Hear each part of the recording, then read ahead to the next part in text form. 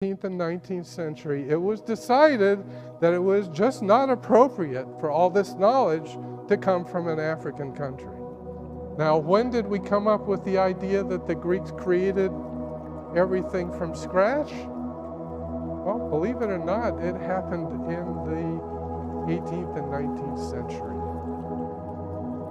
And it's an unfortunate fact of life that Romanticism, which has many great things about it, also has a dark side, which has to do with racism.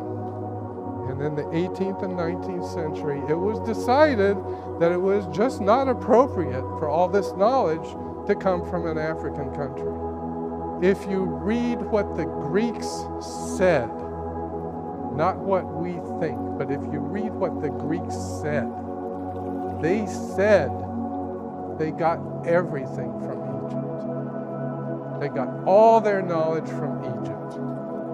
Pythagoras spent 15 years in Egypt, and what did he have to do?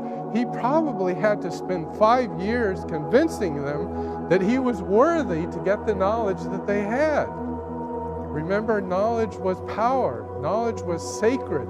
Knowledge was something you just didn't publish in the newspapers.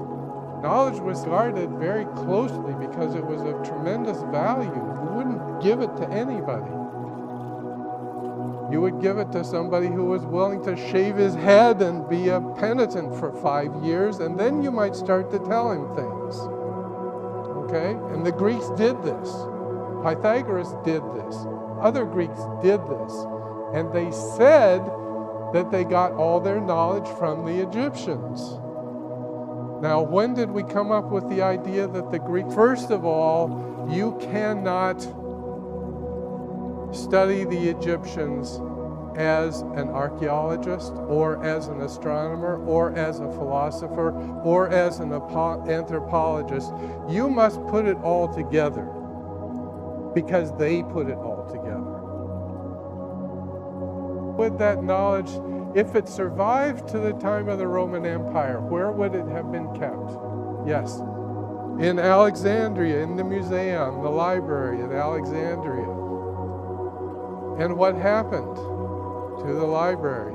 It was burned in a war, okay? And at that point, what happened to those books that were burned? If they were written in living languages, there was a scholar someplace who had memorized the book and could just write it down again.